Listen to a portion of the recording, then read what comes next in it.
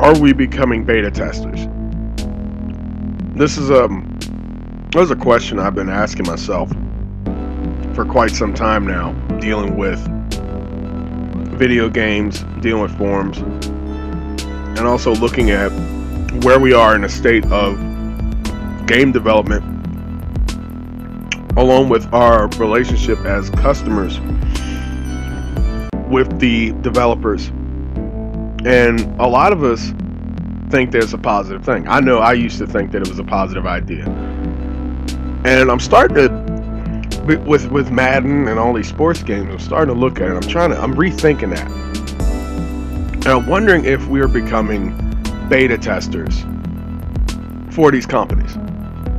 You know, are the games that are being distributed for our consumption, are these really finished products now, or are they just, you know, a consumer panel, like a test and sample consumer panel? Because it didn't start dawning on me until around 2007 when I was purchasing games like Madden, and I was starting to see the quality go down in these games. When looking earlier, when you had more options in selecting sports games, when you had your NFL 2K5s, when you had your NFL game days, and you had your other games that were third-party products along with Madden, you started to notice that the competition was rising. I think it's just human nature that you have products that have competition usually will have the best being brought out of them every single year. There's a purpose to do that. And I know that this has been a dead horse that's been beaten many times, honestly, talking about Madden and talking about that. But looking at games like Battlefront now looking at games, you know, in this day and age, it's starting to become more evident that the price range is up high. You're paying, what, $60 a pop? You're paying $80 now. In some instances, you're paying $100 for games. And you're starting to see that there are more glitches in it. There's more errors in it. There's more... I know with Madden, there's a lot of errors in those games. And it's been that way for ages. And aesthetically, the uniforms have problems. They issue out these games, and the uniforms have the wrong color. They are mixed with neon green instead of blue. You know, they're mixed with this neon orange instead of yellow. And you spend more time in these forums talking to the developers about what's wrong with the game than what you do playing the game. I don't really think that having more involvement with the developers is that good of a thing. And I'm not saying it's not not that good of a thing because we're having more involvement with them. I think it's starting to be something bad, if not already there, because it's proving evident that these developers do not have time to make qualified games. And I think that goes all the way back to the companies that are over these developers making these games and are telling them what to put into the games, what to take out of games, and what deadlines they have to meet. And when you look at a game like Madden, and I hate to keep using this game as an example because there are other games, but that game right there is a flagship of how you can recycle the same game every single year and issue it out with different problems and make a game that is addressed or designed now towards the casual demographic than, say, the hardcore gamer. Or, in that case, the gamer that wants to play franchise mode without it being an RPG game. You know, catching a football and, you know, sacking a quarterback without, you know, these number one XPs jumping off of you somewhere and you don't know what it's about or where it's going. Gamers don't want that. Gamers want, you know, a more established franchise mode. They want a ticker score, which I don't know about anybody else, but it's in sports games. We're in next gen. I mean, it was there for Madden 2002, and that was 13, almost 14 years ago. I don't see what the reason is for now. And I think the reason why it's starting to become that way is because these developers do not have time. I think that if you're on Operation Sports or other forums like the ones which I used to be on, and I used to communicate with these developers, a lot of times they'll drop the hint that they just didn't have time. Oh, I wish we would have caught that, or I wish we would have seen this, or I wish we would have done that. And it's, when I first heard that, I took a step back and I said to myself, I was like, you guys deal with these games like every day. Like, how do you miss those things? How is it that you have the exclusive license to the NFL and you miss what a uniform looks like, or you miss a jersey, or you miss this, or, oh, well, this is not disclosed? Well, you guys have the exclusive license. What's going on? And, I said before in another video, and I will say it here, I'm not a game developer. I don't want to act like it. I don't want to presume to be one. I don't want to, act like I know what they're doing or what they go through. And if anybody is, I would love to have them, leave a comment or something like that explaining it. But, it's just that it's become more evident now that with the price of the games going up and the technology, these games are starting to have more errors in them and more bugs and glitches than what they were before. Now, that's not to say that games back then didn't have those problems. They did. But now it's becoming more evident. And I think it's starting to blend into what I was saying in the previous episode, where it's that gamers just don't have the time or the patience anymore to pay money for those types of things. And I think that developers are unfortunately being put up on the front lines, while the companies are the ones that are creating these difficult scenarios for these developers. And while I had my time on those forums, I was making threads talking about what was wrong with the uniforms, and there were errors with this, and the stadium didn't look like that, and this jumbotron has been updated. And then it dawned on me, it was like, in a way, I'm kind of doing your job for you. As I am purchasing this game, my job as a customer ends at that point, in my honest opinion. It ends when I purchase that game. If you wanted me to become a beta tester, pay me. And I think that this is the gaming culture that we're now in. We're in a culture where these developers are making these games quick. They don't have time to sit up there and work out all the errors and work out all the tweaks. And we're giving these games somewhat complete, maybe 35% complete, 40% complete, 50% complete. And we're spending more time on the forums telling these developers what's wrong with the game that they worked on than what we are playing the game. That's where people are starting to now become frustrated as gamers with paying $60 for a game, paying $50 here for DLC, or paying an extra $20, which would make it a $100 purchase for another game, when clearly the game is not finished and it's rushed to meet a deadline. Battlefront, for example, and I hate to keep bringing up Battlefront as well, but I think a lot of the issues with Battlefront is simply the fact that they were rushed. I think that they were rushed to meet this Force Awakens deadline, and when The Force Awakens comes out, they were trying to cash in with The Force Awakens, and somehow, some way, it just didn't work.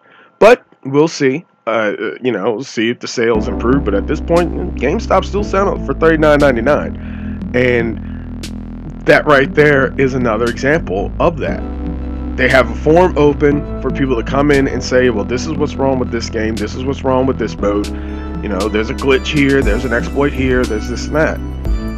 And like I asked before, are we starting to become beta testers instead of consumers? Because it's a very thin line. It really is a very thin line in today's gaming world. You're not just a consumer now. If you want your product to be good, now you have to voice your opinion into what you purchased. Shouldn't that be the developer's job Shouldn't that be the company's job to make sure that they're issuing out a qualified product, to make sure that the product in which they're giving to you works and works properly? Battlefield 4. You know, Battlefield 4 had that same issue. When it was released on, say, PS4 and Xbox One, it was a broken game. Considered to be, by some, a broken game. And patches afterwards came out and fixed those errors that was in that game. Another example, Assassin's Creed Unity, which I believe, honestly, impacted future sales of Assassin's Creed games. That's just my opinion, because I think that once consumers get bit with that bug, you know, no pun intended, but once gamers get bitten with that bug, they don't want to come back to buy the product, because you're spending more time telling the developers, this is broken, this needs to be fixed, there's an error here, you know, I'm falling through the map on this level, and so on and so on and so forth. It may be just me with rose-tinted glasses, you know, but there was a time where you could play a game and you didn't see that many errors, you didn't see that many glitches, you didn't see that many problems. That's not to say they weren't there, but there wasn't a great abundance of them that made the game broken, at least for the good games, you know. And that's what's happening in today's time. These games demand a lot of money. They ask you to give a lot of money to them, but at the end of the day, you're being the beta tester. You know, you're creating a thread, you're creating a forum, you're private messaging these people, these developers, saying, look, this is what's wrong with this part, this level doesn't work, the game stops at that point, it crashes at this point. I think that we're now in a part where you're dealing with quantity instead of quality. When you look at Madden again, and you look at Assassin's Creed, and you're looking at Call of Duty, these titles all have one thing in common. They're shipped out every single year. It's like they're put on a conveyor belt, you know, it's homogenized, it's issued out, rinse, wash, repeat, rinse, wash, repeat. And when you run into game companies that do those types of things, these types of problems arise, where they don't have time to make a new game. You know, if you look at Madden for a prime example, and I'm going to bring it up again, Madden is the same model from 2015, the 2015 version. And all they did was just enhance the graphics. They put extra shading on it. And a lot of the stadiums, if you look at some of the stadiums in the game, they weren't even able to be fixed or updated. And when you go on a forum and you tell them about this, you know, the developers will come back and tell you, hey, you know, we'll fix it next year. Well, okay, you'll fix it next year, but the price is still, you know, $59.99. Or if you wanted to get the Ultimate Edition with the extra cards, it was $79.99. So these companies are demanding a lot. Are they providing a lot? Is the fact that, you know, I'm having roadside service because you guys are issuing the same game every single year good enough for my money? And that's the mindset in which we have as gamers and consumers. And not just in games, but that's in every single product you have. If you go out there and you purchase a car, you want that car to be the best car that you're driving. Now, the stakes are higher when you buy a car, but the same, you know, quest for quality is the same way. You don't want to be on the side of the road, you know, calling up a dealership saying, well, the tire fell off and I thought the lug nuts were on it and all that type of stuff. There's a certain level of standards that a worker should be held to, a company that should be held to keep that excellence going, to not look at your consumer like they're a dollar sign, but as a consumer. Now, you'll see game companies that will do that, and they benefit from it. The company that made The Witcher 3, I forgot the name skips my mind, but the company that made The Witcher 3 treats their customers like customers. They even issued out DLC and was saying, look, you know, the fact that you guys purchased the game is good. Here's the DLC. It's free to you to download. Now, they didn't have to do that. To be quite honest with you, they could have went the route of EA. They could have had a $60, $70 or $80 season pass, or $50. I'm exaggerating, but a $50 season pass. And he could have stood up there and said, here's The Witcher 3. You'll play this level, that level, but if you want to unlock this and have that, and unlock this and have that, here's the DLC. They didn't do that. They let their DLC free. And by doing so, they let the rest follow. And that's how it got to be Game of the Year. That's how it got to get the awards that it got. If you look at Last of Us is the same way. If you make a good game, customers will come. You don't have to worry about trying to release it at a certain time that a movie comes out to get the hype to get it purchased. You don't have to worry about trying to make back the money in which you put out to make the game. That's going to take care of itself. Companies that follow that regimen and treat their customers good, yeah, they'll have forums where people can issue errors or glitches that happen. They'll have that. Now, like I said, not every game is perfect. Even The Witcher 3 has had errors and glitches and stuff with it that was fixed with patches. But at the same time, there's a difference between a game made by a good company that considers their consumers of that product and do good by them, and in return get the goods back to them, and a company that just wants to make a dollar sign, just want to make a dollar off of you and view you as a dollar sign. That is something that is happening a lot in today's world of gaming. And when you look at game companies like EA and wonder why they have the reputations they have, and wonder why, you know, when you look at Ubisoft to get the new one that just came out, it's because they're treated as a cash cow. Games in, games out. Call of Duty, they came out with a game this year, and then they come out with another one. So, as I said in the previous game, this is where we're at. I think we're now in this era where it costs a lot of money to make the game. The developers are trying to get paid. The companies are trying to make money back tenfold on the products that they're sending out. The gamers are a little unsatisfied. It's kind of hit or miss. Sometimes you get a game that's worth it. Sometimes you get a game that's not. You're disappointed. And it's a cycle. It goes over and over and over. And you go to a forum and you tell people who are developers what you want to be fixed, what you want to be fixed. And in return, they tell you, okay, well, we'll fix it the next year. We'll fix it this year. We'll fix that year. The next year comes and it's the same thing over and over again. I think that the market for the consumer is just a bit unhealthy. And when you're in a gaming market that's a monopoly, that takes games and takes licenses and buys up games, they can just do whatever they want. You know, because they know that there's going to be a fan base that's going to be there that's going to outweigh the people who are not willing to pay for the season pass, that are not willing to be the beta testers, that are not willing to be those things. And, you know, maybe it'll change, maybe it won't, but this is the current climate. As I said in the previous video as well, you're in a time now where you have two distinctive genres, and you have two distinctive notions, and you have two distinctive characteristics of gamers.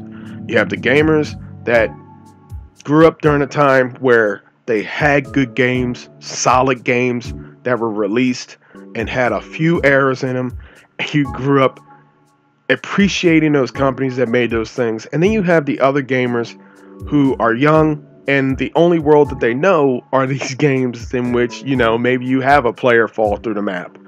Maybe you have a football that, you know, goes in a crowd. It's just because I think that they just don't have time. These developers do not have time now because they're on such a deadline to get this money out, to get these products out, to make money back, to make up for what they lost.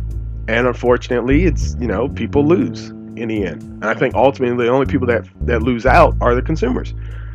You know, the companies still make their money because there's going to be people who will buy the games, and that's just it. And, you know, from my point of view, I don't want to seem like I'm bashing, you know, games. I love games. I love making videos about them. I love it. But truth be told, when it comes down to, you know, keeping it real about their current market of games, you have no other choice but to point out these types of flaws.